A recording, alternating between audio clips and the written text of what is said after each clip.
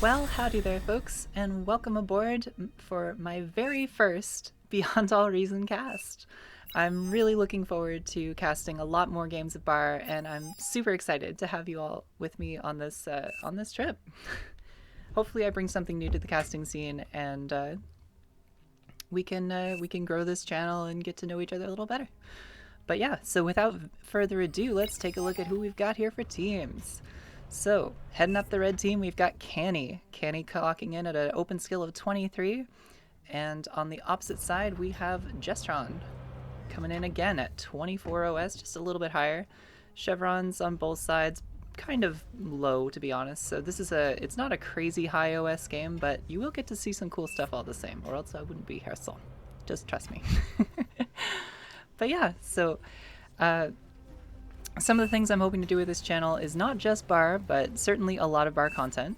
And in this particular match, you're going to get to see some interesting front plays, as well as some examples of how you can improve some of your gameplay too. So there'll be some tips throughout. Now, right off the bat, we can see we're going for some early scouting units. Always a great idea as a front player to try and get a better idea of what you're dealing with on the opposite side. For eco, what I tend to open with is, this is a hotly contested topic because of course everyone has very serious starting orders, but I definitely do recommend kind of going with your mechs into, so first mechs, second mechs, some kind of an energy source, whether that's wind or solar or whatever you're using, into your third mechs. Very standard stuff. That's going to be a good foundation for anyone coming into Bar and trying to get started. Now, in terms of the vision, we do see here, let's actually just flip into player view for a second so we can see what the blue team's looking at. So a great move is sending an early air scouts, because that air scout's going to be able to give you an idea of where everyone's bases is, who is actually in what positions, which can be huge in the late game, as well as like if you get LRPCs or long range artillery or other fancy stuff like that. Knowing where everyone is actually located and where their rough base layout is, especially where their early T1 factory is, can be a great way to figure out where you should target those LRPCs and other things like that. In terms of the scout units we see across the map here, red is getting a little force here ready, so we're going to see how they do. Those little ticks, they're so cute. But yeah, so those ticks are going to be going across and probably encountering rascals and grunts and other lower tier kind of units like that. Massey is starting to secure just vision really of the front of their canyon, trying to make sure that no one is pushing up and taking all that stuff too quickly for them. And now this is great to see. So just because you've got a few more units, it means that they're going to be able to trade extremely well. Notice how long it takes those rascals to really turn around. Ticks tend to just be better in most cases than rascals, because they're able to get their lasers on target quicker, it seems like, in most cases. Are they gonna get the con here? Yeah, maybe. I think so. Oh. Gotta watch these too, because these metal extractors will explode and can actually kill the ticks in the process. Oh, but nice play by Blue. He's coming out with these shurikens, which are a great way to counter early T1 aggression. Anything that kind of like slips through or leaks past, shurikens are going to be a great way to clean it up really quickly, provided you have some other unit that can come along and actually do the deed and finish off those units. I would have liked to see the light blue player here just getting up into the front of their canyon a little bit sooner. At the 4-minute mark, it's a little late to be hanging around your base, as you can see over here. Starting to go for a build turret here. Oftentimes, one of the best ways to tell you're ready to go to the front is when you've put down your first build turret, and some people will rush that a lot quicker than others. So like this one, for example. Poten's probably built this build turret and then went out. Now on both sides, in terms of the eco, you're going to see the eco players at around 4 minutes or 4 minutes 30 starting to put down a lab. In this case, the green player, Coconut, or I think it's Count, perhaps? It's kind of a cute name. Count is going to be reclaiming their comm to feed into the lab. They've also already reclaimed their T1 lab, and all of that metal is going to be going straight into the T2, which does mean that they'll be getting their T2 up just a little bit quicker than me, But you'll see that I end up catching up and I'm not too far behind. Now, in terms of the fronts here, things are fairly static right now. So Deezer's just kind of, oh no, he could be going up a little bit further, buddy. Like, there's almost no reason to draw the line here when you, from his perspective, he does see these units.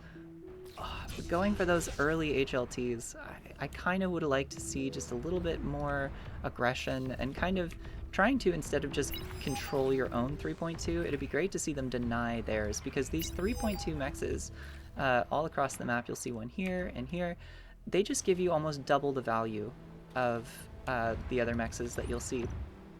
And for that reason, they're so important for you to make sure that you're actually locking down and controlling. We do also see Potens going for an exploiter, and I've been actually building a lot more of these myself. I find them a really great way to deny area while also giving you a much more resilient mex. And in an area like here at this 3.2, if you were to try and hold that one, putting an exploiter on that is really nice. I don't recommend putting these on all your mexes, but just on your forward mexes that you know are going to be taking a lot of damage, because look at how tanky this is, my goodness. You know, there's quite a lot of firepower being levied on this, but there's enough repair here that it's actually going to make up the difference and keep that alive. Meanwhile, these guys took a fair bit of damage in the process. Now, these rocket bots do actually outrange something like this, so they outrange the LLTs and they outrange the exploiters, but what they don't outrange is something like a twin guard or a beamer turret. So that's like your medium laser turret, technically. So I would really have liked to see, I'd really like to have seen Potens drop one of those first, because it would have essentially just denied all this. They would still be taking aggression from these missile trucks, but it would mean that they wouldn't have to deal with nearly as much aggression from these little missile bots. Well, we got a bit of a breakthrough on this side, and this is the right play, really. You do want to be sending like assault units or grunts or fast things in to try and counter when you see an opponent making a lot of artillery. Artillery are very vulnerable to that, but over here, these medium tanks, even though they're so much stronger than the grunts, just the sheer number of the grunts is going to do a lot on this army. I wouldn't be surprised if they all go down, or nearly all of them. They will leave a nice amount of reclaim here, though, for that vehicle player, so they'll be able to actually go through and just eat that up and turn it into something again.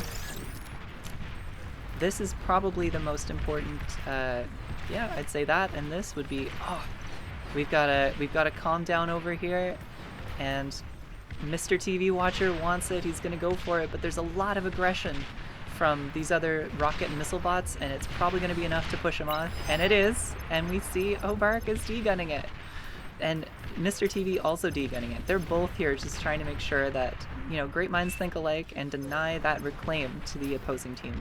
Now, TV did manage to get quite a lot of it, which hopefully they'll be turning into some T2 mexes here, rather than go for the T1 units, especially as a backline player. If you've got sort of a little bit of an army here, or things are kind of static, you'd usually be better off just focusing on dumping that metal into eco, and we will see some of that here too.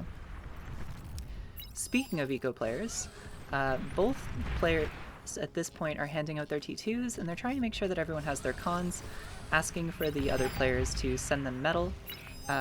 If you're in any of the positions, unless you're on a frontline position and you just happen to get like a crazy amount of reclaim or something, you're generally better off just not going for that, not making your own T2 lab, and instead relying on your eco player to give you one in exchange for 420 some odd metal.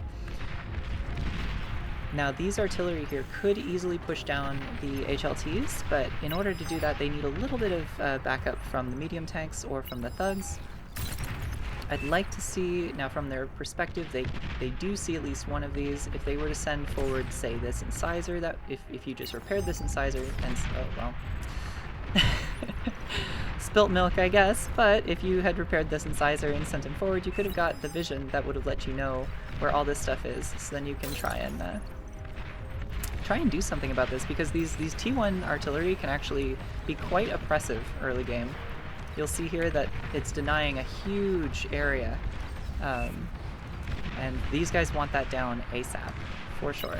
You'll see an HLT of their own, as well as, this is a kind of a questionable trade, I'm not gonna lie. Especially losing all these thugs when you could so easily just kill these with artillery if you just waited a little bit longer. I do like to see it. Like, the best counter to these artillery is to not be afraid of them. The longer you just stand back and don't send something aggressive in at them, the more opportunity they get to do damage and really find a lot of value too. Now, light blue at this point has pretty much conceded the front of the canyon to the red player. Conversely, Massey here, who's made just a wall and decided that they're not really interested in going for all this reclaim here, and frankly, neither is Blendo.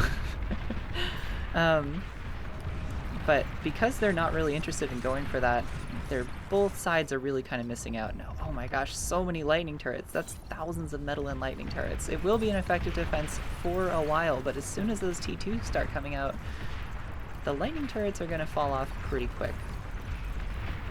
Red coming in with a great push here. All these grunts are going to do pretty well once they're on top of those rocket bots. Cons obviously stand no chance, but a beamer will make short work of some already damaged grunts, for sure.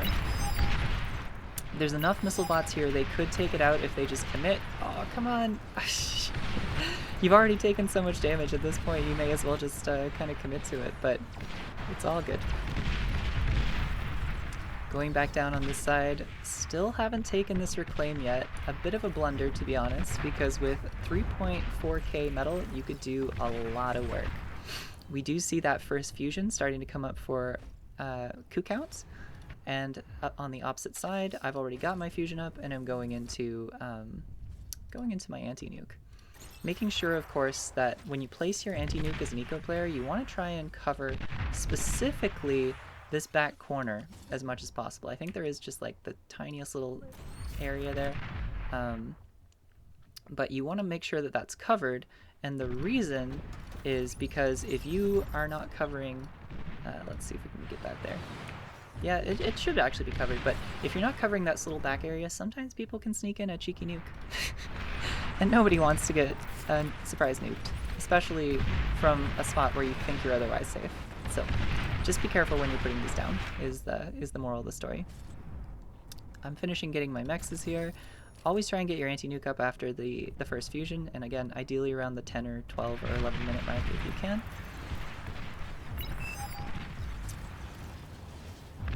Pink is yelling go. So let's see how they do here. We'll switch into player view so that we can see what information they were working with. So we've got Gorn and Steino, as well as, yeah, there we go. Oh, they see the comm. Will they refocus to the comm, or will they stay on the HLTs? At this point, it wouldn't be bad to knock the HLTs down first, but the comm might take it all. Yep, and it did.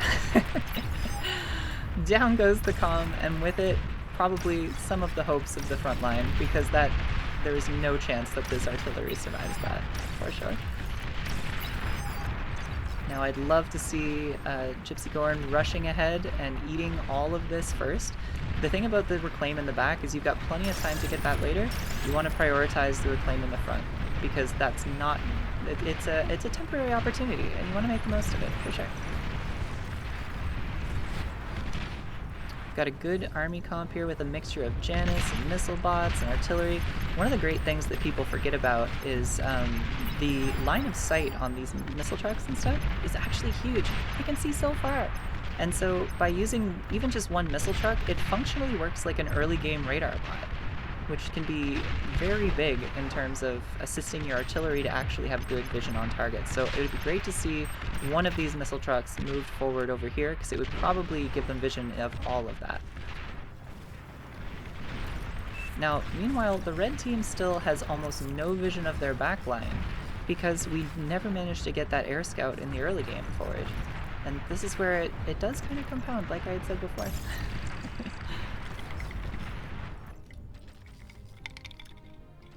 I believe at this moment both eco players are going to start going for their APHIS.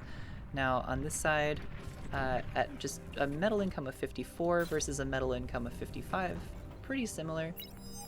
I'm going to start eating up all my other stuff here, like my extra wind turbines, my solars, that kind of thing, to help get the to get this along. I think I may have made just a little bit too much build power early. Hard to say. I'm looking at, let's see here, 31, probably counting one of those, so 30 versus 13.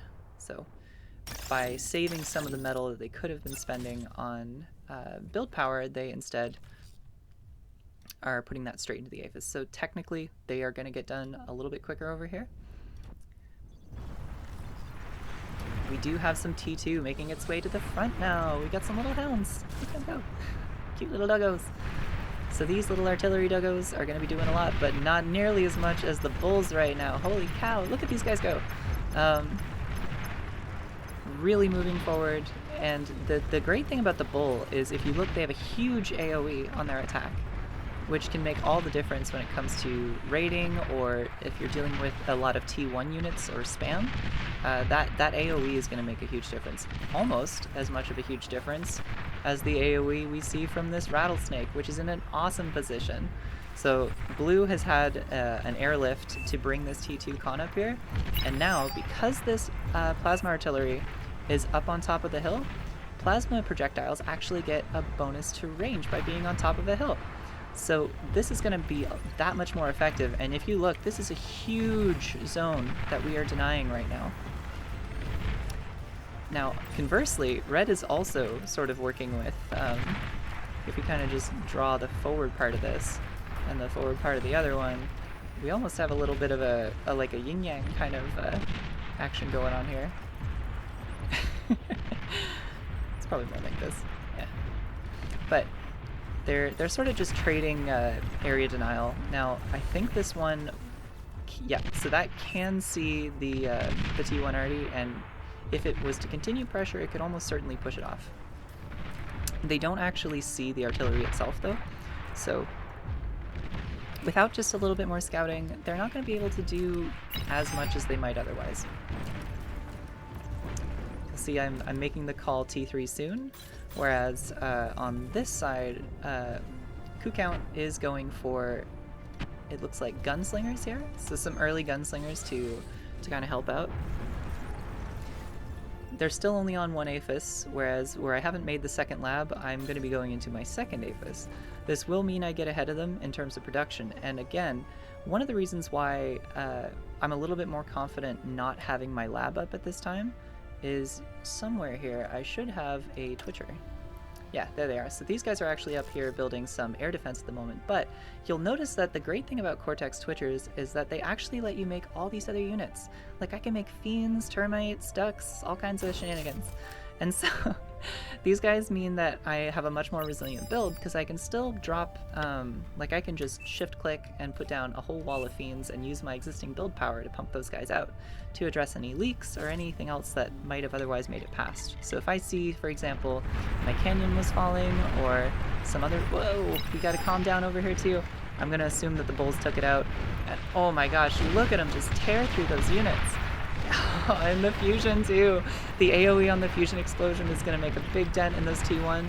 And other than that, I think they're just, oh my gosh, that 0% bull taken out by the rattlesnake. It would have been great to see these new veterans make it back to get repaired and do it all over again, but not today.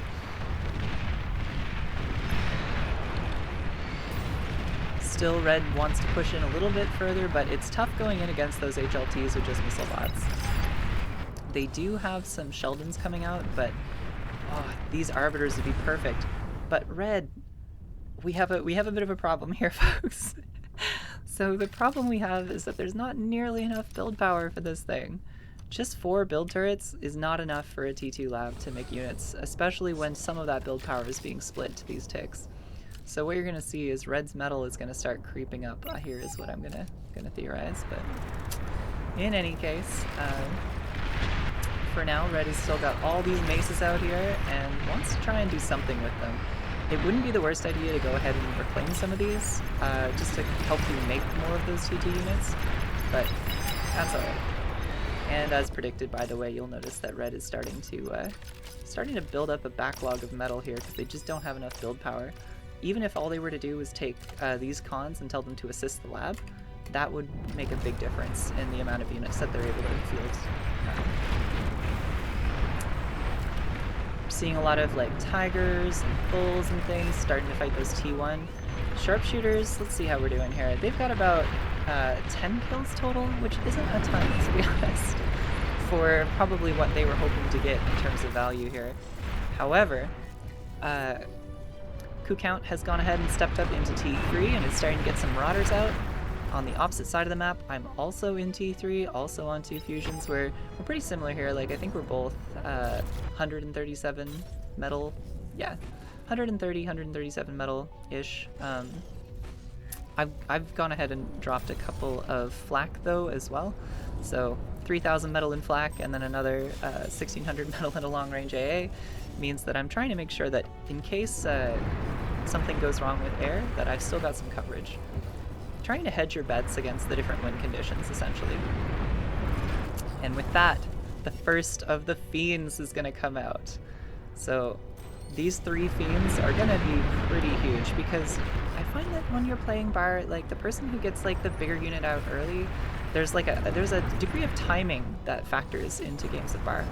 So if you're making something like an early game Banisher at 12 minutes versus a Banisher at 20 minutes, these have drastically different impacts on the game, you know? Oh, this comm is in a little bit of trouble. But, oh, there's just too much fire from those Sheldons. They're gonna drive it back easily. Green is asking to borrow a fusion. Huh.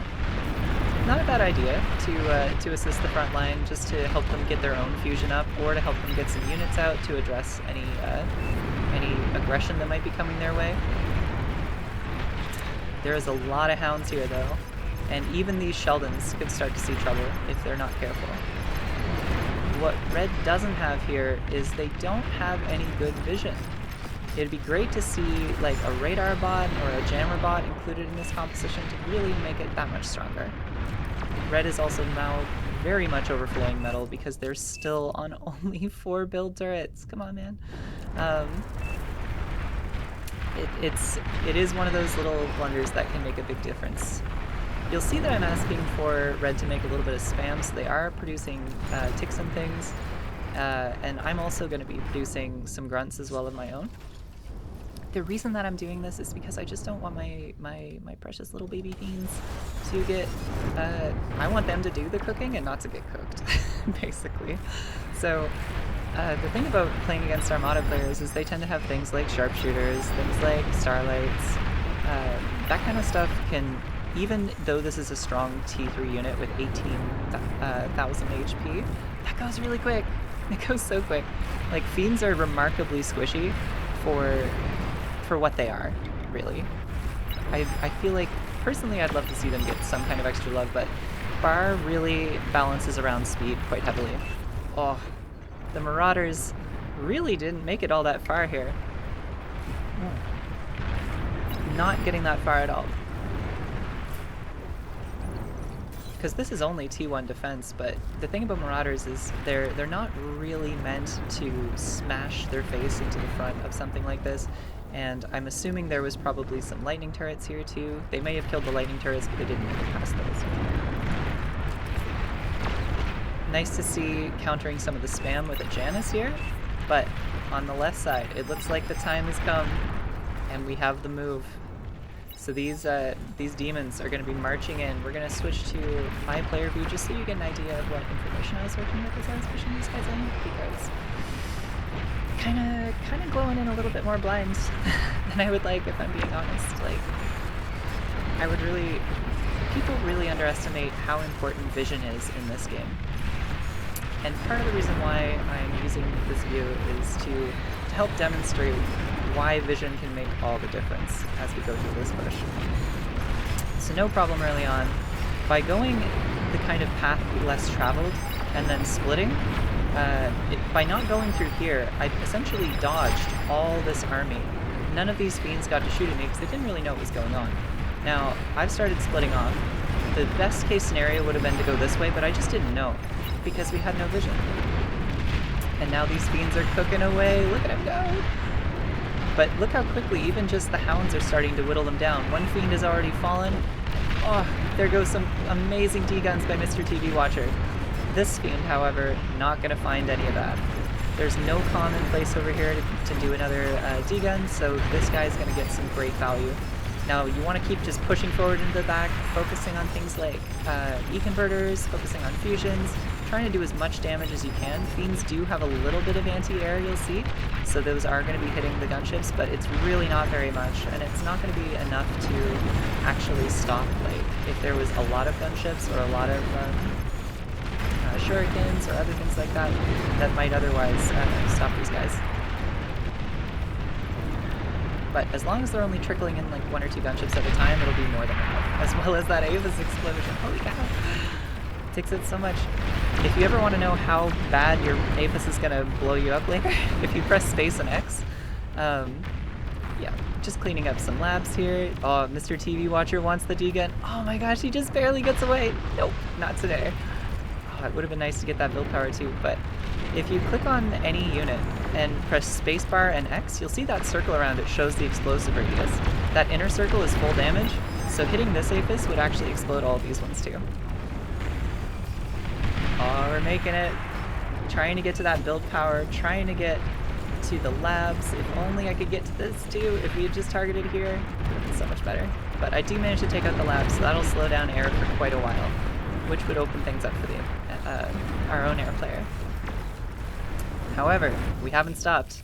Now up to a 3rd Aphis while doing this. Each Aphis, of course, needing 4 energy converters to efficiently convert all of that extra energy into metal. Fiends are coming out, and now with this increased economy, they're going to be coming out a lot quicker. And with that, I'm already going into my next Aphis. And the reason I'm doing that is because I've already got 3 more demons out. So I don't mind that this is going to slow down both at the same time. The world shall end in fire. I'm kind of like edgy sometimes, I guess. I don't know. Anyway, so not okay. That's some grammar. Nice job, me. But not quite like the Nostradamus sort of proclamations if you've ever seen some of those games casted before, but definitely still foreshadowing some things to come. To be fair, at this point with Canyon down and more demons, marching forward, I know it's not going to be too easy for them to counter this. Even Banishers, which are supposed to be Cortex sort of Starlight equivalent, really doesn't have as high, or high enough, I should say, alpha damage to deal with something like a demon very easily or efficiently. And boom goes those fusions! And with that, so too goes the demon. Razorbacks, you'll find, are very good at dealing with demons and things like that. Demons are just so squishy. Like, their big value is if they can get in and attack a building. They have a great range. They can actually survive the explosion from Aphises and fusions quite easily. But when it comes to actually fighting other T3, demons tend to fall pretty quick. They are in no way a Thor or anything like that. Quick out over here, trying to make sure that the canyon is held with these Razorbacks, but they would have been a lot better served over here. Vanguards, not really going to do much to stop a demon. Pushing through, just trying to make sure I'm spreading out the damage a little bit, hitting things like energy converters, but most importantly, I recognize at this point, I've got to try and get to eco, and with these gunships and everything else, Potent's coming in for the D-gun as well, but I manually target the E-converters and just barely manage to get the E-converters which chain into all the build power, and along with all the destroyed build power is going to be the team morale. So you'll notice that there was some resign votes that had gone through there, but I think that now after that blow to the eco build power and not really having the ability to produce any more T3, that's probably going to seal the deal.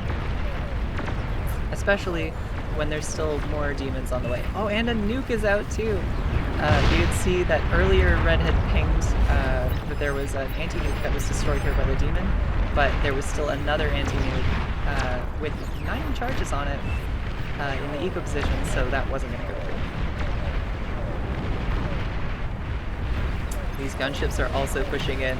I think the gunships on their own at this point would probably be able to end the game, but they're going to go ahead and decide. Well, folks, I hope you've enjoyed this first cast of Beyond All Reason. It certainly won't be the last, and I'm really looking forward Battle to ended. where we go with the channel and everything else. So, till the next time, I hope everyone's doing well and has a great day. Cheers. And there's our final numbers here. You can kind of see